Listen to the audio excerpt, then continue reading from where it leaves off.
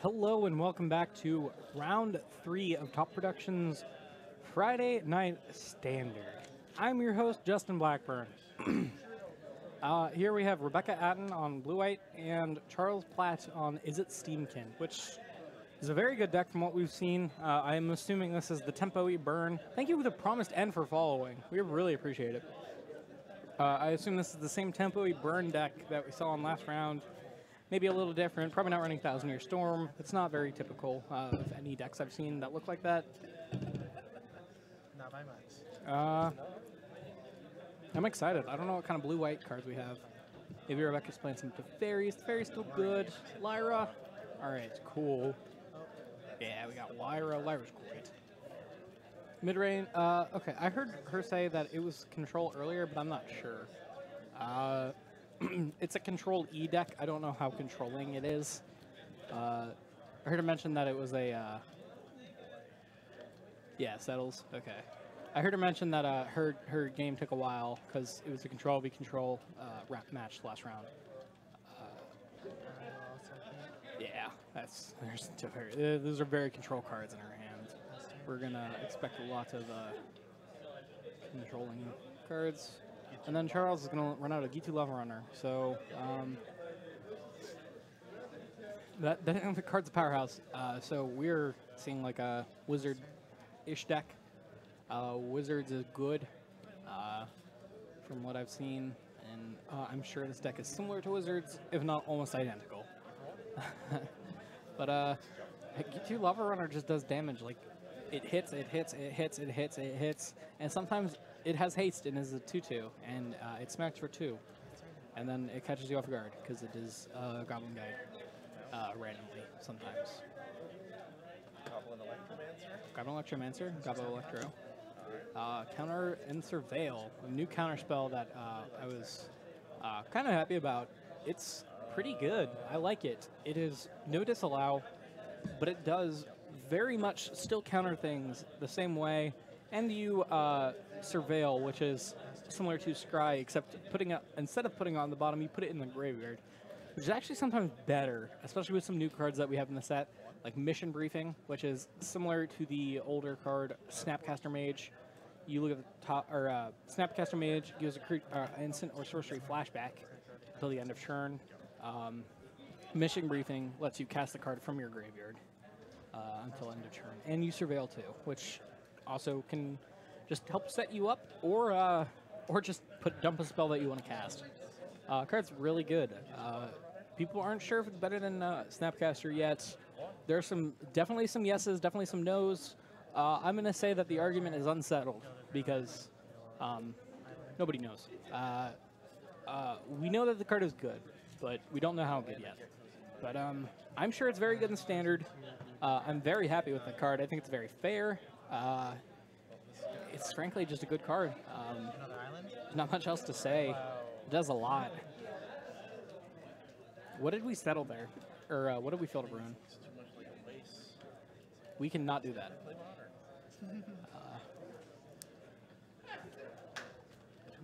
Apparently we field ruined and died.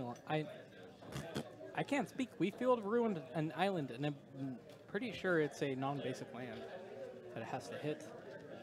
It is. Okay, we'll let the players know after this. It is way too late to rewind that. They have resolved cuts and everything. We're sorry if you don't like that. That's just kind of how we have to do it here. Otherwise, we'd be interfering with the game way too much to actually even watch players play. There's a lot of things that Magic players don't know, and especially with new cards, new decks, these kind of things. I should start making moves. Yeah, and there's our streamer pointed out a good thing. I have not seen either of these players on camera before, so they may be a little camera shy. I actually haven't seen either of these players here before either, so they may be new to Magic or just new to being on camera. It does add a little stress level, even if you don't think it does. I know I play way too quickly on camera and don't think about my decisions personally, so I just make easy mistakes that I shouldn't have made because I am playing too quickly to notice my own mistakes. And here we see one of the Chemister's trick. I'm a fan of that card. It is Jumpstart Draw 2. and I think it's just good. It's similar to the Almond Kit card we lost, which says draw 2 and also had cycling. It's different. Charles very much looks like a Storm deck here, honestly. He is casting a lot of spells. I think he's going to run Gutter Snipes as well. He's attacking with Wizards. Settle cannot be cast. Oh, yeah, it can. Never mind. That's the Plains. The foiling makes it look blue. I apologize for that. That was actually just my fault. Yep, double Plains. I think they're even the same art. Just the foil threw me off, and I thought it was blue for a second. But Charles looks like Storm here. Hieroglyphic Illumination. Thank you. That was the Almond Kit card that Chemist's Trick is comparable to, at least, in the sense that blue-white players were playing it. It is card selection, and I approve of it. I very much like the card. I think it's good. I played it in my pre-release in a blue-red deck. So, or not a blue-red deck. I played it in a red-white deck. That's how happy I was with the card. I played a red-white deck, and I splashed blue for Jumpstart cards because I know how strong that is. It let me just do whatever I wanted, which felt great. And here we're just seeing more Wizards. Charles is just kind of playing like a Wizards Storm deck, which I really like the idea of. I think that's super cool. And I've seen a similar build to this, but the new set gave us some fun toys to play with. Wizards Lightning. Good card. It is Lightning Bolt. Lightning Bolt is a good card, I hear. I've heard that before. It does 3 damage for 1 mana. Wizard's Lightning does 3 damage for 1 mana if you control a wizard. There we see Wizard's Lightning again, dealing 3 damage for 1 mana, which is pretty darn good. And a Lightning Strike, 3 damage for 2 mana. I think Rebecca realizes that she is not in a good position right now. And he has another Lightning Strike to just finish Rebecca off. That was 12 points of burn in 1 turn. And she may have a counterspell here, but still, that's 12 points of burn in 1 turn. And now, so she can syncopate for 1, but then gets attacked and dies. Seal away. Oh, okay, so she can seal away Gitu Lava Runner to only take 1 damage from Siren Stormtainer.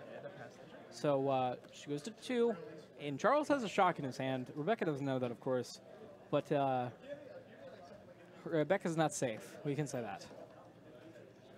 So to Fairy, I hope we don't tuck here.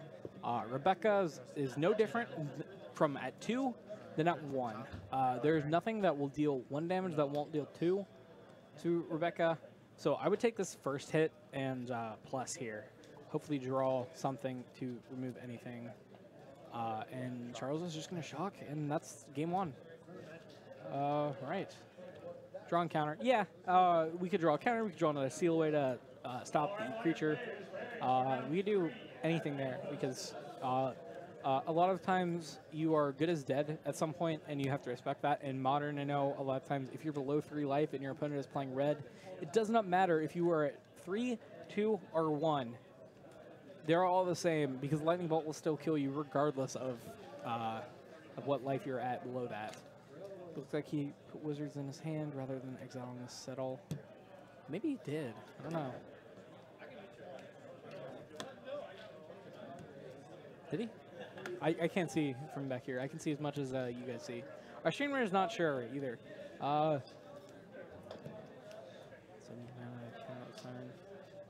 Counter what? Syncopate? Siren only counters stuff that targets you. Settle Wreckage doesn't target. It says exile all attacking creatures. You can settle yourself if you really want to. It does not benefit you in any way except ramping. Oh, it does target a player? I didn't know it does. Okay, I am mistaken there, actually. Yeah, cool. Settle does. All right, that was my mistake there, actually. I didn't know that. Yeah, you could have countered a Settle there. I was completely unaware. Yeah. Thank you, Streamrunner, for letting them know after the match. Of course, we try not to interfere here. It is just kind of like wrong to interfere with a game like this. because normally we aren't. A normal match isn't under the observation like this match is. So we are supposed to act as if we weren't here. We can stop some stuff like if we catch it immediately, like if there's just like an illegal play, they didn't have the correct mana, not the correct mana, they had the incorrect, like they couldn't actually cast the card, like they cast a 6 mana card with 5 mana with no reduction in any way. But a lot of times we can interfere, and I know it's rough sometimes to watch players misplay, but we have to deal with it, honestly. There's no correct way to do it, so our way is to not interfere as much as possible anyway. Sometimes we just have to actually call a judge because it's bad, but for the most part, there's no need. I did not see either player sideboard here. Did you guys? I kind of looked away. I have a drink here. I was looking at the drink, and I missed if player sideboarded. They both have? Okay, cool. Sweet. I just missed it then. So that's cool. Okay, so they acted like they did anyway. They may or may not have in actuality. But yeah, I think Rebecca's main deck is fine. I think she just kind of drew poorly. She missed a land drop, and I think no lands, 2 fairies. Yeah, feels bad. At least you know that's not a keeping hand. Sometimes players make mistakes by not keeping enough lands in their hand. I certainly do this all the time, because I think mana creatures are the same thing as lands. They aren't, but I'm gonna keep playing like that because I don't learn. But some decisions are not as easy or are much easier than others. No lands is always the easiest decision. Assuming your deck is playing lands. I know I've played a deck that hasn't played lands, and that was fun, but it was bad. I proxied the Manaless Dredge to see if I liked the deck before I was willing to purchase it. I did not like the deck, and the deck wasn't. It was very good sometimes until your opponent sideboarded in Leyline of the Void, and then you lost. So there wasn't much to do after that. But here we see Plains Pass. Then we see a Steam Vents Shocking in for a Siren Storm Tamer, which is a very good card. It is a 1-mana flyer, which is already pretty fine. And then it also has the ability to pay a blue, sacrifice it, and you can counter a spell that targets you or a creature you control. We did not attack with the Storm Tamer. Can we get that die out of the way that's just sitting there? But Siren Storm Tamer is fine. Thank you. Siren Storm Tamer is a good card. Goblin Necromancer is also a very good card. Goblin Necromancer reduces spells, instant and sorceries you can cast by 1. So Lightning Strike becomes Lightning Bolts. We talked about that earlier. Here it's a very good card, and it's very good. It lets Storm go off in Modern. If you have any idea what Storm is, I don't know what kind of viewers we have here. If you guys are like Modern or Standard, I assume we have some Modern regulars here watching, which are just rolling their eyes at me, making sure that people know what's happening. But it can't hurt to be safe, I guess. But Storm just wants to cast a lot of spells in one turn. Goblin Necromancer lets those spells be reduced, so they can cast a ton of spells in one turn and kill your opponent that way. And Charles is actually kind of doing something similar. Storm is an old mechanic that counted the number of spells cast this turn and copied the card you are casting for that many times. And Charles is just casting a lot of spells. Can we make sure that those wizards are... He put them in his hands. Wait, he shuffled them back in? I'm not sure what happened there. I honestly don't know. But Storm casts a bunch of spells. Charles wants to cast a bunch of spells. They're kind of similar, but... All right, thank you. We just had a little confirmation that they were set aside there.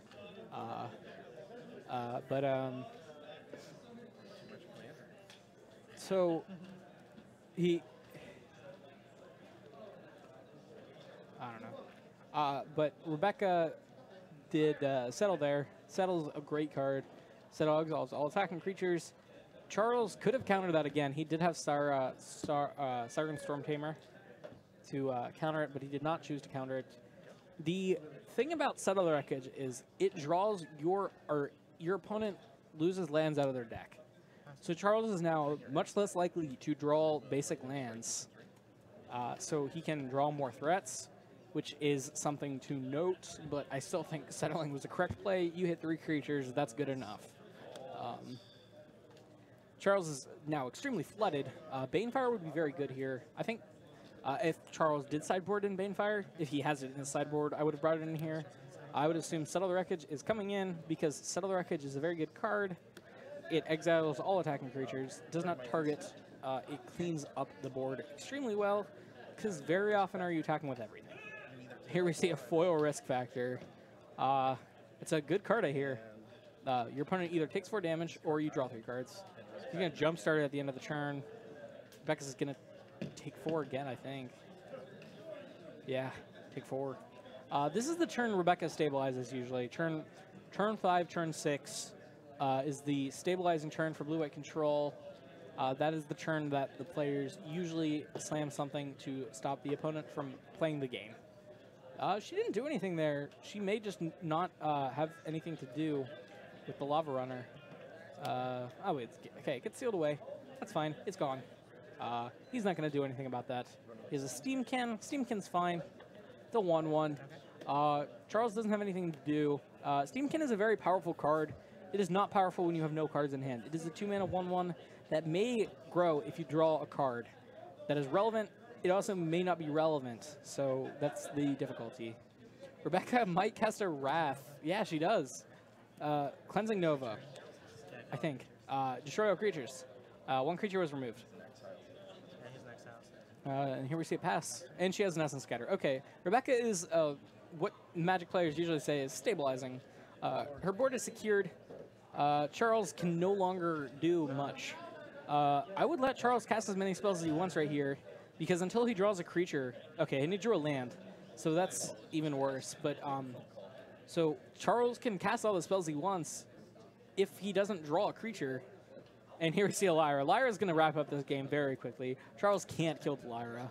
If he has Fight with Fire, he has Fight with Fire, but no, he drew a Mountain. So as soon as Lyra connects... Response... What? That's 5. Swing for 5? Yep. Oh. Yep. Okay, so we see Risk Factor. Risk Factor is going to get hard countered here, I think.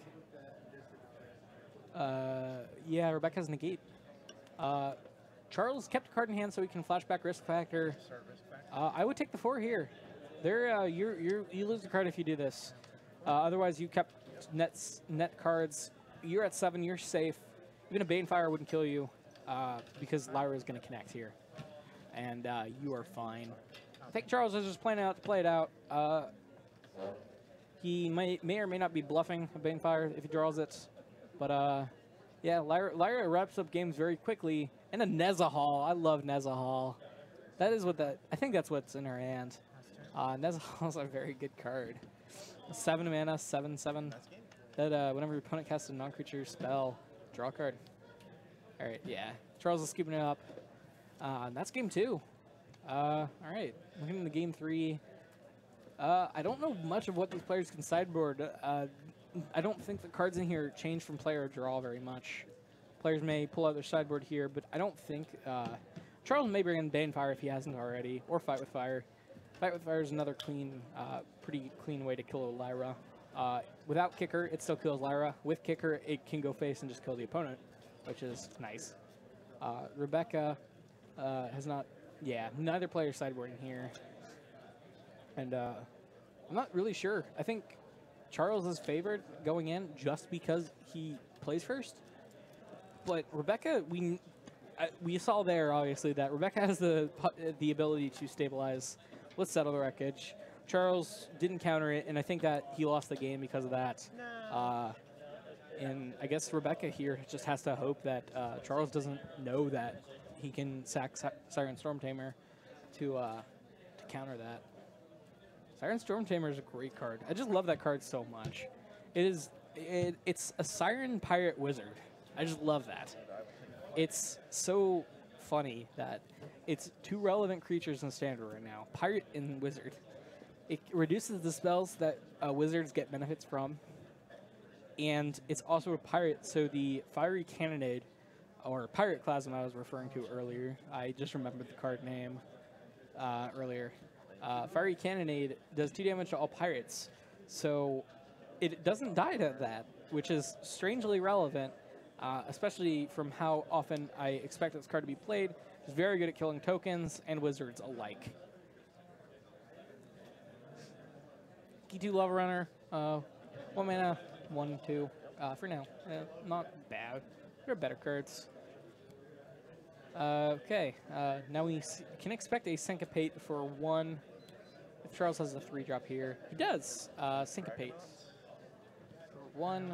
That feels bad. I do really like Syncopate here in these in this game because the Jumpstart cards. Syncopate exiles the card when it is countered.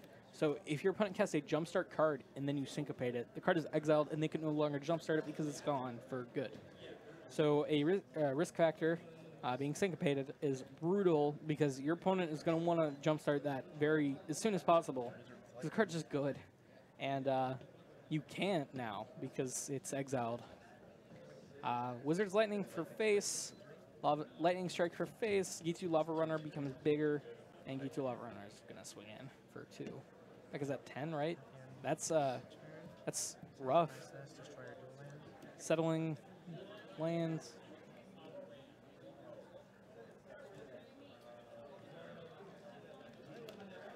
Yeah, this time we have a correct targets, which is good. It's always good when cards work how they're supposed to. I don't know. Magic is a difficult game because even if you read a card, you may just scan it. Like, I usually just scan my opponent's cards, and I miss stuff like that often. And thankfully, I watch Standard enough to realize that cards like that have specific things. Like Assassin's Trophy, I double-checked that card's target capabilities immediately because I knew that was going to be attempted to be resolved incorrectly often. It cannot hit your own things. It has to target a permanent your opponent controls, and that kind of thing is super relevant, especially if your opponent tries to ramp himself. You just look at them and go, no, no, and they can't do that. Now we see a sack Siren Stormhammer to counter this. Yeah, Rebecka didn't even know Siren Stormhammer did that. I don't like that very much. He sacrificed a creature to keep his 2/2. I don't know. I mean, he did deal 2 points of damage, which is relevant, but I don't know how relevant that's going to be. I think I would have rather had the body and stop a later Settle the Wreckage. And here's a Lyra. Lyra's good. I didn't know that. Lyra, the big ol' angel, that's... There's new tap of mana. All right, we see a risk factor. This is very risky. I'd take the damage. Go for it. Attack, block. There's no reason not to. There's no reason not to. Absolutely no reason. Absolutely block here. Lyra has first strike, does she not? Did you get the full 5? Charles just got blown out. That feels bad. Wait, does Lyra not have first strike? Lyra has I was sure Lyra had first strike. Oh, she does have first Rebecka still gains the life, though. Yeah, Lyra and you gained life. All right, the players realized it. You did connect with an attack. Rebecka still gains her life. That you can't miss. All right, guess they missed. Okay, they got it. Pass turn. Nice try. That was a nice try. I would have attacked with Lyra. There's no reason not to attack with Lyra there. Discard amount. His haste creatures cannot deal as much damage as the Lyra can, coming in like that. Get a Surveil. That was a quick top. I assume it was a Syncopate or a Teferi. It was a Teferi. Feeling when you first. Yeah, I don't know. First strike is missed a lot. It's much more surprisingly like missed than you'd think. I've had some very, very good players against me Forget that my creature has first strike and lose their creature. But it happens much more than you'd think. I know seeing it from a top-down top-down like this gives you a very great advantage because you can see everything very clearly of what's happening. We can see somewhat of what our opponent's hands are, or these players' hands are, and we aren't playing the game, so we don't actually have any pressure on from potentially losing the game. And so we can think much more clearly. Pressure adds a lot to the thought process and just kind of bogs it down, and you don't think about things.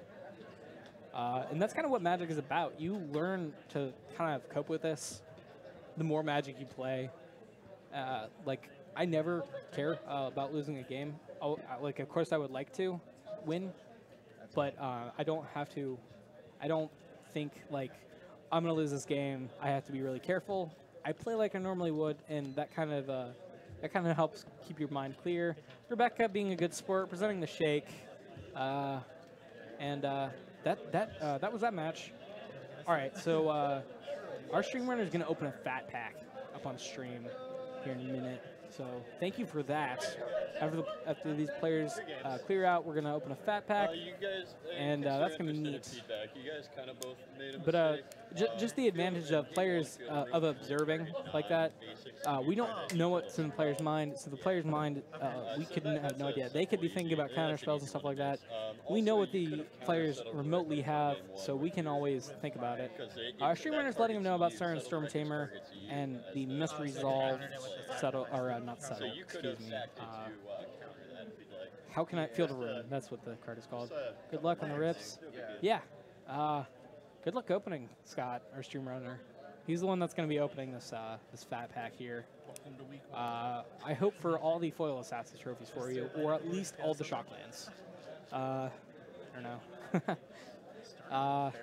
Yeah, I mean, I love this set. This set's actually really good. I'm excited for it. I actually think it couldn't be better. I think this set was very, very good, just all around. Of course, we have some rares that are worth actually nothing, but this set is a winner worth chicken dinner. I agree. Of course, we have some rares that aren't worth anything. Actually, I think the overall value of rares is less in this set than Dominaria. Not overall less, but most rares were worth $1 or $2 in Dominaria, and in this set we actually have some quarter rares. But I think your capabilities or your potential. Oh, he has Flame Urchin. We didn't see that card from him. That card's also very good.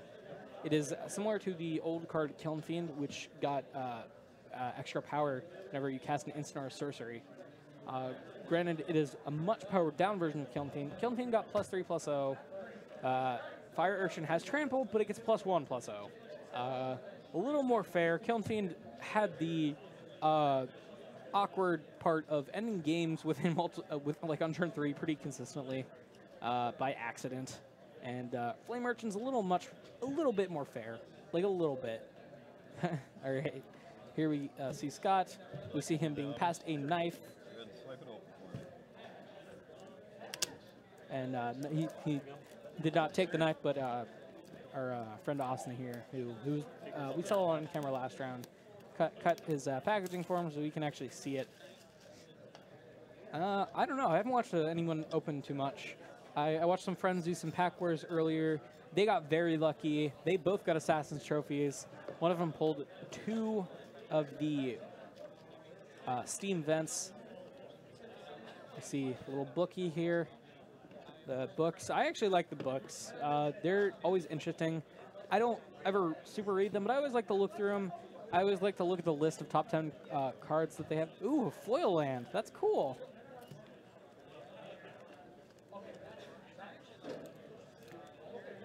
I didn't know there were basic lands in this set. Got your rule inserts. We got tips and tricks and on your turn.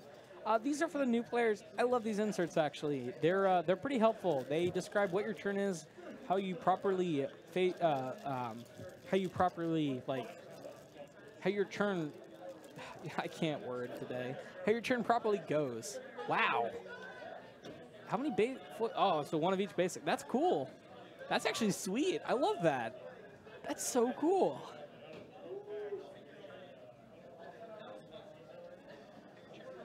It's a bundle box. Oh, okay, I'm sorry. It's not a fab pack anymore. It's a bundle box. But actually, bundles have more packs in them than fab packs did. But the I like those cards. Those cards are pretty good. I've seen a lot less new players mess up how they sequence turns like that. So I'm kind of happy to. All right, so here we see a Cyclops. This is an 08 trampling creature. It gets +X+O whenever you cast an instant or sorcery, and it gets the X is the CMC of the card. Thick box. Yes, it is a thick box. It is a bundle. Always be a fat pack, kids. Yeah, it is fat with a PH now, though, not a F. We see a locket. Love those lockets. Lockets are good. Lockets are great. I love lockets. Here we see... Can't tell what that card is from here, actually. I think that's Mausoleum Secrets, the tutor spell that is in black. It is an instant speed tutor, which is really cool. Instant speed tutor for a card with that I think it's a black card that CMC is less than or equal to the number of creatures you have in your graveyard. I have not seen a deck that can play that card, but it is really cool, and I will play it in Commander because I play Reanimator in Commander. I'm a degenerate, I know. All right. Dawn of Hope, I think, is the card there. It is a limited all-star. That card's insane. Whenever you gain life, you can pay 2 to draw a card, and you can pay 4 to make a life-linking soldier. It is a great mana sink, and I expect this card to be played in Standard when a mono-white life gain deck is established. All right. See, Drowned Secrets. that's a mill card. So this is, I can't remember the name of this card, but it's an enchantment for 2 mana, 1 in a blue. And whenever you cast a blue spell, target player mills the top 2 cards of their library. I had a friend that opened 2 of these in his limited pool for the pre-release. I don't know if he actually ended up playing them, but I thought it was really funny that he got 2. With that kind of mill power, you actually can build a mill deck, but I don't know how he did it. I haven't talked to him yet. He is here today, though, so I'll talk to him after this. Ritual of Soot? Ritual of Soot, my favorite card in the set, actually. Well, Plague Crafter is my favorite card. I'll talk about that later, but Ritual of Soot is very good. I think it is one of the best cards in the set. Destroy all creatures with CMC 3 or less. This card is insane. I don't have better words to say it. It's so good. There's my favorite card in the set. And Expansion to Explosion. This is one of those split cards that the first part is copy a instant or sorcery with CMC 4 or less, and you can choose 2 targets. Explosion deals X damage, and gets dealt X damage, and you draw X cards. You can deal your opponent damage and mill them at the same time. It's cool. It's a cool card. You can draw more burn for it. Oh, okay. So Bounty Hunter, the 2-drop 2/2 with vigilance and sack and tap, destroy target legendary. I think it's creature. I hope it's creature. If it was permanent, it would be way too good. But card's good. I like it. All right, so we see a good uncommon. This card is played in Standard already. Risk Factor. Ooh, and a foil. Risk Factor is great. We've seen this card a lot today. I can't remember what that card is. It is similar to Claustrophobia. When it has Flash, though, and when it enters, you tap the creature, and that creature does not untap during its controller's untap step. Very good blue removal. Your standard removal for drafts. Blue enchantments that tap it and not let it untap. You see the Bird Maker on the top here. This card creates a bird every time you cast an instant or sorcery. We see Beast Whisperer. This card's a powerhouse as well. It's a 4-drop, I think a 2/4. Similar power to that. Whenever you cast a creature spell, draw a card. This card's really good. It's cast, so it's regardless if your spell resolves, you cast that spell and you draw that card. So I think that is the control breaker for Standard. Ooh, Assassin's Trophy. That's your money card. And a foil rare, which is Swiftblade Vindicator, I think. This card is very interesting. People like it in Standard. That was a very good pack. I think the foil is worth something as well. It is a double striking vigilant trampler. So it's interesting. Yeah, yeah. It's a 1/1. You're supposed to mentor it to make it better. Was that all of them? That didn't feel like all of them. Was that really all of them? At least you got his money. Assassin's Trophy's so good. No Shocklands though, which is a little sad, but Assassin's Trophy's really good. Congrats on the openings. That was a good box. I have not seen anybody else open one, so I don't know if that's like average. Assassin's Trophy is one of the most is the most expensive card in the set, for sure. It is very good. Doom Whisperer is the next most expensive card. It's also pretty sweet. There were no mythics in that box. I just thought about that. Although he did get some pretty good rares, which I congratulate him on. But I don't know. That was interesting. No mythics. He should have opened a mythic in there, just by chances. There is about 1 in... I think it's supposed to be 1 in 9. It could be give or take a pack. It should be less than that for sure. But I don't know. He's still got good pulls. Assassin's Trophy is the mythic card that people are hunting for. It is very common though, but it is still worth a lot. So I congratulate Scott on that. And granted, he can't put the outro on because he is there. But I guess if you guys have anything to say in chat, I'd love to talk to you. I don't like ending the round super early.